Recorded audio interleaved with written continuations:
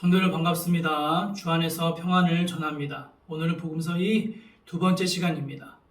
지난번엔 사복음서의 개론적 내용에 대한 복습과 더불어 누가복음서에 대한 개론적인 설명, 기본 정보와 성격, 특징에 대해서 설명을 드렸었습니다. 오늘은 누가복음을 좀 더 심도 있게 다루려고 합니다. 그래서 오늘 강의부터 3주 동안은 누가복음을 장별로, 주제별로 세분화하여 보려고 하는데요. 지난번 누가복음의 구조를 설명드리면서 누가복음을 구분해보면 지역적으로 구분해 볼 수 있다고 설명드렸었습니다. 그래서 저희도 이 순서대로 오늘 누가복음 1장부터 9장 51절까지의 예수님의 탄생과 갈릴리에서의 하신 사역을 중심으로 나누어 보려고 합니다. 강의를 시작하기에 앞서 강의 가운데 여러 말씀을 찾아볼 것이기에 성경책을 가지고 함께 찾아보시면서 강의를 들으시면 더 유익하리라 생각됩니다. 그럼 강의를 시작하겠습니다. 지난번 강의에서 신약성경의 처음인 사복음서는 하나의 예수님의 사건, 즉 성육신과 생애와 순환과 부활을 통해 이루어진 하나님의 아들의 구속순환 사건을 네 가지의 다양한 관점에서 거듭 제시하고 있다고 설명드렸었습니다. 그만큼 예수 그리스도는 구약과 신약을 통틀어 하나님의 구원 계시의 책인 성경에서 가장 중요한 사건이요 그 절정이다 말씀드릴 수 있습니다. 따라 성경은 그 오묘하고 심오한 예수님의 사건의 실체를 우리 인간이 보다 더 포괄적으로 그리고 보다 더 생생하게 체감하도록 하기 위해 이를 사중으로 거듭 제시하고 있습니다. 각각의 복음서들은 모두 예수님의 사건을 핵심적으로 다루고 있다는 점에서는 공통되지만 저자에 따라 관점의 차이나 강조하는 바가 다를 수 있다는 것을 항상 염두에 두어야 합니다. 이런 관점에서 볼 때 누가복음은 예수님의 완전한 인자 되심과 세상 모든 만민을 죄로부터 구원하실 구원자 되심을 강조하는 복음서입니다. 누가의 이런 특징은 누가가 염두에 둔 본서를 접하는 사람들과 밀접한 관계가 있습니다. 마태복음의 마가가 유대인들을, 마가복음의 마가가 로마인들을 독자층으로 염두에 두고 있다면 누가복음의 누가는 로마 제국 내 헬라적 배경을 가진 이방인 기독교인들을 1차 대상으로 하고 있습니다. 본서의 서문에서 누가는 본서를 헌정받을 대상으로 데오빌로라는 특정 인물을 가리키고 있지만 동시에 당시 로마 제국 내에 있는 이방인 출신 기독교인들의 형편을 대변하는 인물로도 이 데오빌로를 볼 수 있습니다. 즉 누가복음은 로마 제국 내에 있는 이방인 기독교인들을 모두를 향한 책인 겁니다. 지난번 강의에서 설명드린 대로 누가가 본서를 기록하는 당시는 한마디로 그레코 로마 내 세계였습니다. 즉 정치 군사적으로는 로마의 영향이, 문화와 사상에서는 헬레니즘의 영향이 절대적인 시기였습니다. 헬라 세계 사람들은 지식과 외모, 턱성 등에 있어서 완전한 인간에 대한 공통적 이상향을 가지고 있었습니다. 역시 헬라적 배경을 가진 인물이었던 이 누가는 바로 예수님께서 이러한 헬라의 이상향을 완전히 실현하고 있다는 것을 발견하였고 그것을 또한 헬라 세계 사람들에게 알려주고 싶어 했습니다. 그러나 누가는 본서에서 단순히 헬라 세계의 이상적 인간으로서 예수님을 제시하고 있는 것이 아닙니다. 누가는 예수님께서 유일하고도 완전한 인간이 될 수 있는 것은 인간의 덕성을 최고로 개발했기 때문이 아니라 그가 바로 삼위 중 성자 하나님이시라는 점에서 출발하고 있다는 것이 중요합니다. 즉 예수님께서는 인간 중에서는 가장 뛰어난 존재가 아니라 인간과는 비교할 수 없이 탁월하신 하나님이셨던 것입니다. 이렇게 하나님이셨던 예수님께서 이 땅에 인자로 오신 이유는 죄로 오염되어 죽을 수밖에 없는 인간의 죄값을 대신 치르고 구원하시기 위해서였습니다. 예수님께서는 본인 스스로 유일하게 죄로 오염되지 않은 순결하신 분으로서 죄로 오염된 인간들을 온전케 하여 구원할 수 있다는 그 의미에서 완전하신 인자가 되신 겁니다. 누가복음에 기록된 내용적 배경 말고 누가가 본서를 기록했던 AD 1세기 후반 기독교 안에서는 교리와 사상 면에서 헬라문의 영향을 받아 예수님의 정체에 관한 또한 많은 잘못된 보고들이 유포되고 있었습니다. 또 이때는 복음이 이방 세계에 확산되면서 하나님 나라에서 이방인들이 어떤 지위를 가지게 되는지에 대해 분명한 해답을 제공해야 할 필요성이 제기되던 시기이기도 했습니다.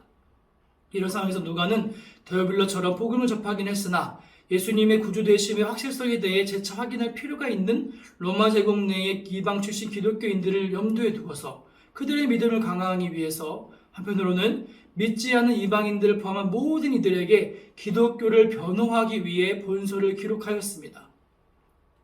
제가 이토록 누가복음의 내용적 배경과 누가복음에만 나타나는 예수 그리스도의 상징성을 자세히 설명드리는 것은 이것이 누가복음 처음에 나오는 예수님의 탄생과 깊은 연관이 있기 때문입니다.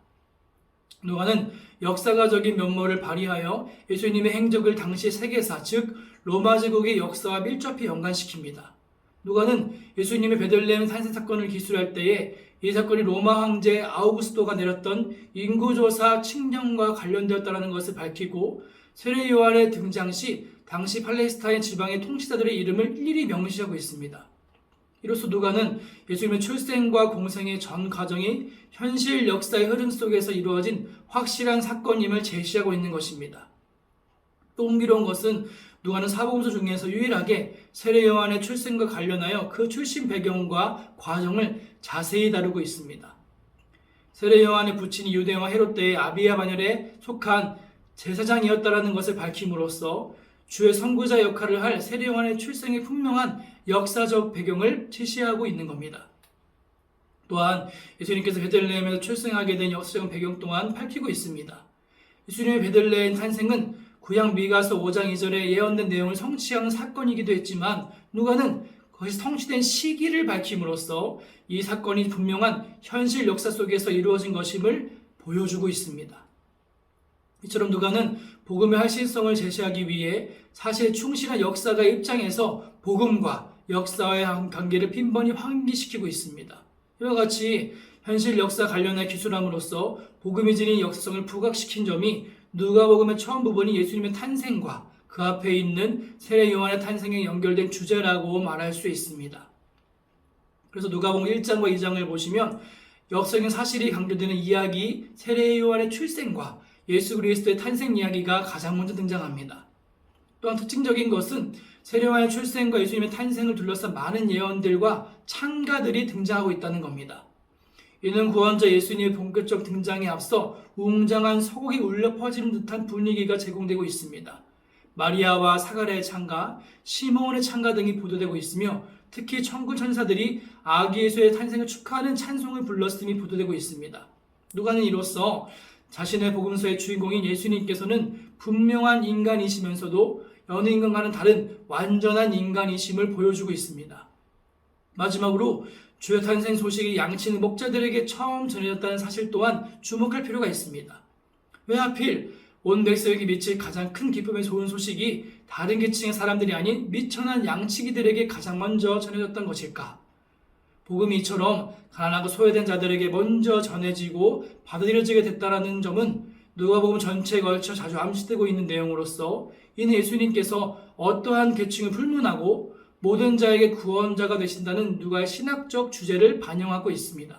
누가는 많은 찬양과 예언으로서 예수님의 탄생이 평범한 한 인간으로서의 출생이 아니라 특별한 탄생 곧 온 인류를 구원하실 구주로서의 탄생임을 보여주고 있으며 또한 메시아가 오셨다는 소식이 목자들에게 가장 먼저 전파된 것을 통해 복음이 인종이나 계층을 뛰어넘어 모든 이들에게 큰 기쁨의 좋은 소식이라는 것을 제시하고 있습니다. 다음으로부터 이어지는 3장부터 4장까지의 내용은 이제 성인으로서 자라신 예수님께서 온 인류의 구세주로서 본격적인 공생의 사역을 계시하기에 앞서 공생의 사역을 주위에 친히 준비하시는 과정을 보도하고 있는 부분이 나옵니다. 구체적인 내용으로 주의 선구자 세례 요한의 사역 및 예수님의 족보가 소개되고 있으며 예수님께서 세례 요한으로부터 세례를 받으시는 사건과 마귀로부터 시험을 받으시고 승리하신 내용이 3장과 4장에 보도되고 있습니다. 먼저 3장 1절부터 20절에는 누가는 세례 요한의 사역을 보도하고 있는데 그 시점은 로마 제국의 대황제인 디베르 가이사가 로마 황제의 자리에 오른 지 15해 되던 해였습니다. 또 팔레스틴에서는 헤롯 대왕의 아들 헤롯 안디바가 갈릴리와 베레아의 분봉왕으로 다스리고 있던 때였으며 헤롯 안디바의 이복 동생인 빌립 2세가 갈릴리 북동 지역의 이두레와 드라고니 지방의 분봉왕으로서 또한 루사니아가 다메섹 서쪽 북쪽의 아빌레네 지역을 다스리고 있던 때였습니다. 또 정교적으로는 안나스와 그의 사위인 가야바가 로마의 수리아 총독에 의해 임명되어 각각 대제사장으로 봉직하고 있을 때였습니다. 복음서들 중에서 세례 요한의 출현과 사역을 이처럼 당시 로마와 유대의 통치자들의 명단을 열거하는 문맥 속에서 제시하는 것은 로마만의 또한 누가만의 독특한 점인데 이는 역사가로서 누가의 면모를 유감없이 보여주는 대목이라고 할 수 있습니다. 이어 23절부터 28절까지는 또 예수님의 족보가 소개되고 있습니다. 이 시점에서 예수님의 족보가 소개되는 것은 의미가 있는데 그것은 한 인물의 사역이 시작되기에 앞서 바로 그 인물에 대한 족보를 소개하는 유대 문학의 전통을 따른 것으로 볼 수 있습니다. 즉 이제 서서히 누가복음 초점은 예수님의 공생에 맞추어져 가고 있음을 알 수 있습니다.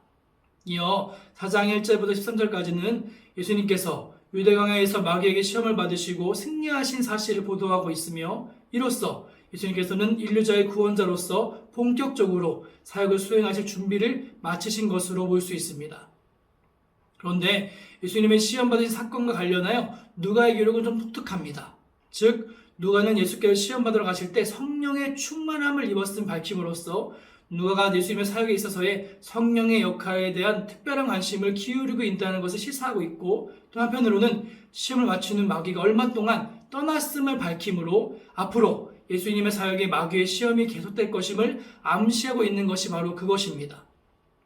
또 흥미로운 것은 예수님의 탄생과 공생의 준비를 단계를 보고하고 있는 이 지금까지 내용에서 두드러지는 것이 있는데 세례 요한에 대한 기사와 예수님에 대한 기사가 서로 교차적으로 보도되고 있다는 겁니다.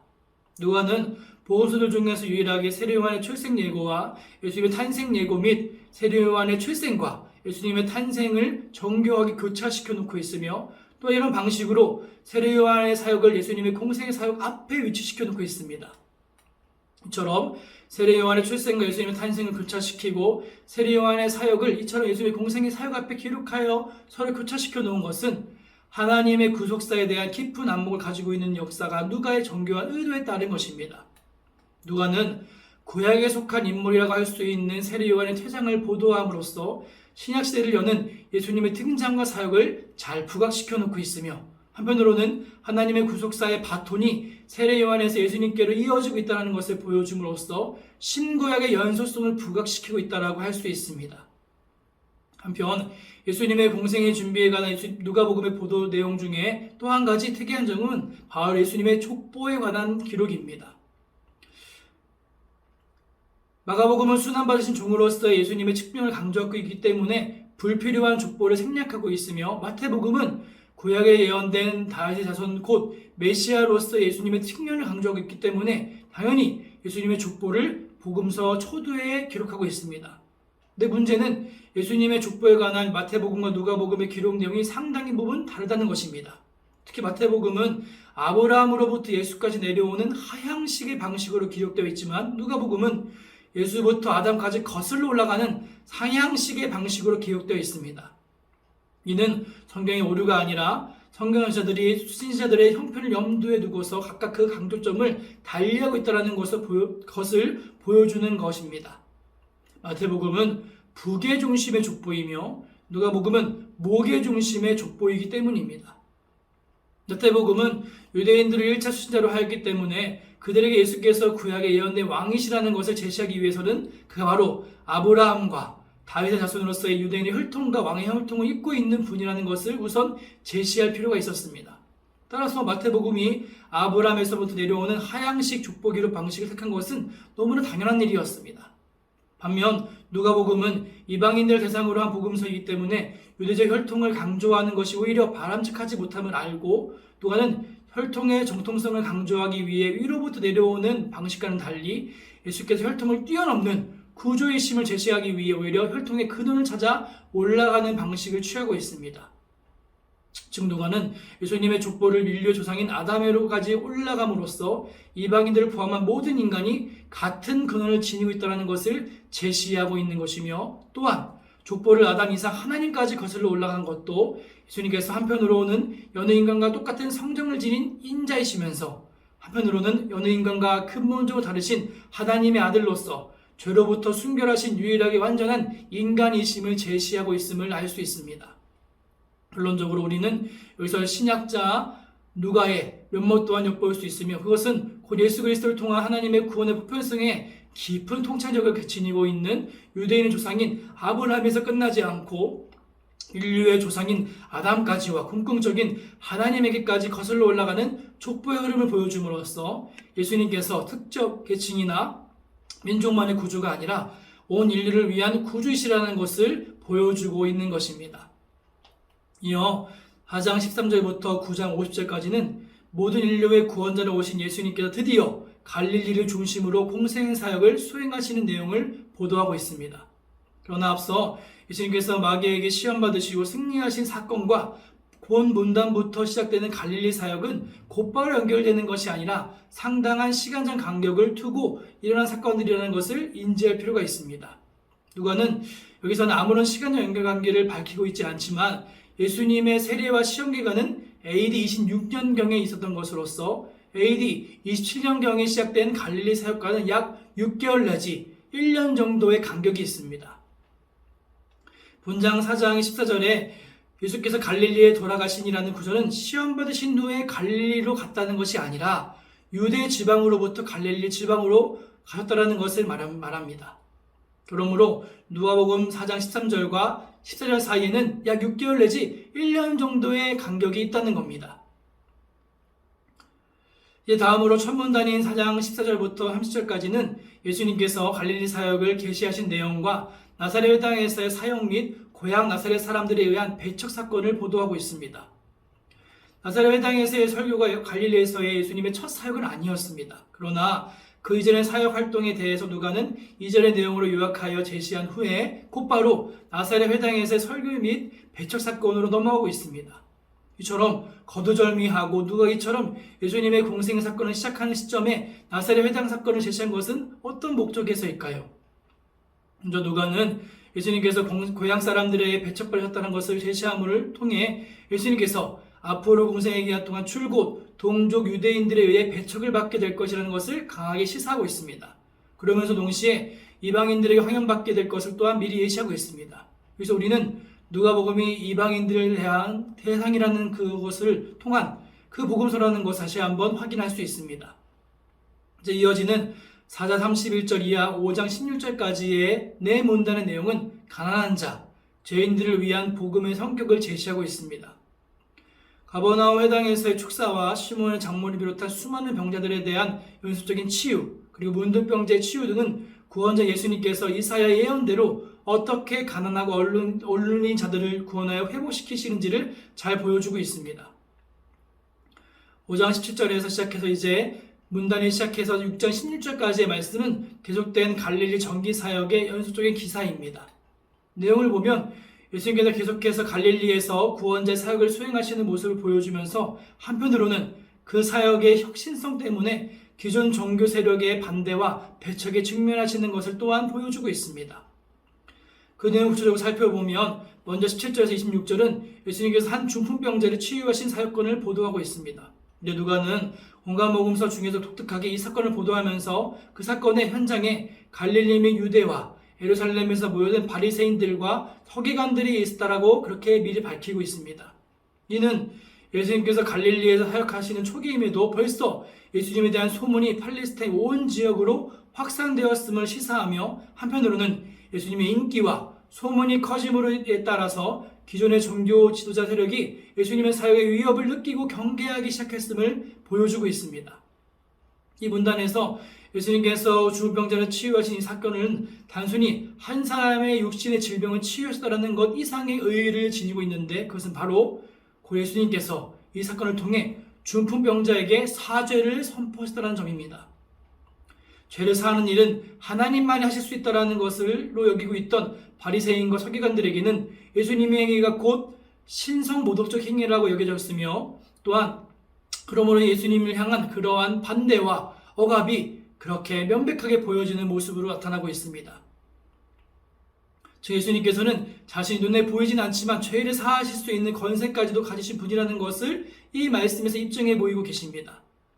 그 다음 5장의 나머지 부분과 더불어 6장 1절부터 11절의 내용도 역시 예수님께서 바리새인 및 서기관들과 충돌하시는 내용이 등장합니다. 예수님께서 세리 레위를 제자로 부르신 사건이 먼저 언급된 후에 레위의 집에서 세리와 죄인들과 더불어 식사를 하실 때에 바리새인들이 이를 비방하는 내용이 나오자 예수님께서는 의원의 비유를 통해 당신께서 이 땅에 오신 목적이 죄인을 구원하기 위함을 선언하시는 내용이 더불어 나옵니다. 그리고 뒤에는 금식을 둘러싼 논쟁 사건이 보도되고 있는데 이는 금식 논쟁은 공간복음서 모두가 세리 또한 레위의 소명기사에 연속하여 기록하고 있는 사건입니다. 바리새인들은 안식일에 관한 규정에 근거하여 배고픈 예수님의 제자들이 안식일에 미리 이삭을 잘라 먹는 것을 비방하는 내용이 또한 뒤를 잇습니다.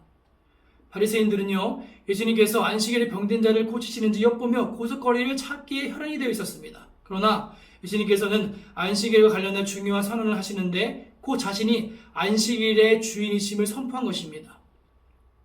자신이 안식일의 주인이라는 선언은 그 자신이 안식일의 창조자임을 선언하는 것과 다름없는 중요한 말로 이도 예수님의 신성을 드러낸 부분이라 말할 수 있습니다. 다음에 6장 12절부터 16절의 내용은 예수님께서 12사도를 임명하시는 내용이 등장합니다. 그래서 누가는 예수님께서 12사도를 임명하시기 전 밤이 맞도록 하나님께 기도하셨다라는 가시만의 고유한 기록을 덧붙이고 있는데 누가복음에서는 이토록 예수님의 기도하시는 모습이 빈번하게 제시되고 있습니다. 이를 통해 알 수 있는 것은 누가는 자신의 복음서를 통해 기도의 중요성을 독자들에게 제시하고자 하는 의도를 지녔음을 짐작할 수 있습니다. 한편 본문의 문맥에서 예수님께서 밤이 맞도록 기도하시더라는 것은 그만큼 12사도의 임명이 중요한 일이었음을 또한 보여줍니다. 다음 파트인 6장 17절부터 끝인 49절까지의 내용은 소위 평지수훈으로 알려진 내용입니다. 예수님의 갈릴리 사역은 12사도의 전도 파송을 전후한 시점을 기준으로 하여서 4장 14절부터 8장 마지막까지의 전기 사역, 그리고 9장 전체가 후기 사역으로 구분될 수 있습니다.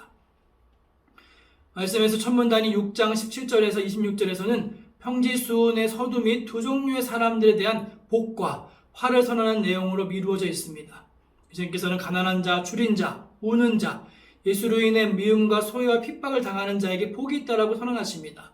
요한은 반대로 부요한 자, 배부른 자, 웃는 자, 모든 사람에게 칭찬받는 자들에게는 화를 선언하심으로써 세상의 통념과는 전혀 다른 차원의 복과 화의 개념을 제시하십니다. 이어 27절에서 36절은 하나님의 나라의 시민에게 요구되는 절대적인 사랑과 자비의 실천 윤리를 제시하고 있습니다.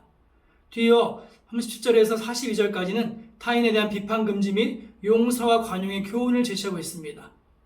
여기서 예수님의 가르침이 돋보이는 부분이라면 너희의 헤아리는 그 헤아림으로써 너희도 헤아림을 토로받을 것이니라 라는 말씀인데, 남에 대한 판단이 마치 부메랑처럼 자신에게로 되돌아오게 된다는 것을 예수님께서는 제시하고 계십니다. 따라서 하나님 나라의 백성들은 이웃뿐 아니라 자기 자신도 궁극적으로 하나님의 판단을 받을 것을 인식하고서 남의 사소한 잘못에 쉽게 정죄의 판단을 내리는 세상 사람과는 달리 용서와 관용의 시각으로 타인을 대해야 함을 교훈하고 계십니다.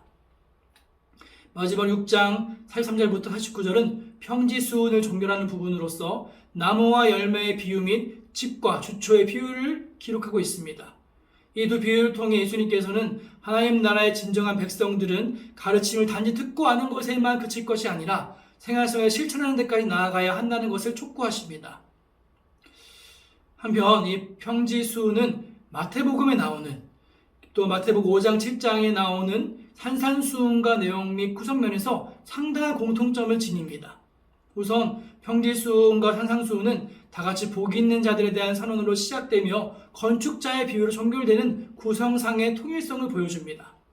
또 내용면에서도 평지수훈에 수록된 교훈의 대부분이 산산수훈에 기록되어 있습니다. 그러나 차이점도 발견되는데 그것은 우선 분량적인 면에서 누가복음의 평지수훈이 마태복음의 산산수훈의 양보다 훨씬 적다는 것입니다. 이러한 공통점 혹은 차이점에 대해서 일반적으로 학자들이 이야기할 때는 예수께서 평지수훈과 같은 대설교 집회를 몇 차례 가셨으며 산상수훈에 기록된 여러 교훈들은 비단 갈릴리 사역 기간뿐만 아니라 기회 있을 때마다 거듭 강조하셨기 때문에 마태복음은 전체 수훈을 정리한 것이기 때문에 길고, 누가는 그 중에 한 가지를 정리한 것이기 때문에 작다라고, 또한 짧다라고 그렇게 간주하고 있습니다. 다음으로 이어지는 7장부터 8장까지 내용은 구체적인 갈릴리 사역의 내용을 소개하는 부분입니다.